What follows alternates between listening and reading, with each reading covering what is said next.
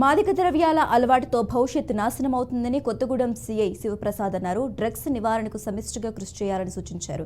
మాదక ద్రవ్యాల నిర్మూలనపై MG road నుంచి రైల్వే స్టేషన్ వరకు విద్యార్థులతో అవగాహన ర్యాలీ నిర్వహించారు. మాదక ద్రవ్యాల వినియోగంతో పిల్లల భవిష్యత్తు అంధకారంగా మారుతుందని, వాటిని దూరంగా ఉండాలని సీఐ అన్నారు. అందరూ డ్రగ్స్కు వ్యతిరేకంగా పోరాటం చేయాలని శివప్రసాద్ కోరారు.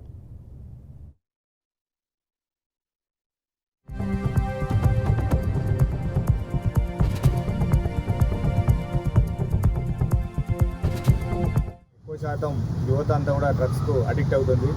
దాన్ని నిర్మూలించాలని ముఖ్య ఉద్దేశంతో గౌరవనీయ డీజీపీ గారు పోలీస్ శాఖ తరఫు నుంచి మరియు ఎస్పీ గారు కొత్తగూడెం ఎస్పీ గారు రోహిత్ రాజ్ మరియు కొత్తగూడెం డిఎస్పీ గారు హేమంత్ సార్ గారి ఆధ్వర్యంలో ప్రతి ఒక్క పోలీస్ స్టేషన్ల సంబంధించిన స్కూల్స్ అన్నింటిలో కూడా యాంటీ డ్రగ్స్ కమిటీస్ అని వేయడం జరిగింది. అదే రకంగా మన స్కూల్లో కూడా యాంటీ డ్రగ్స్ కమిటీ కూడా వేశాము.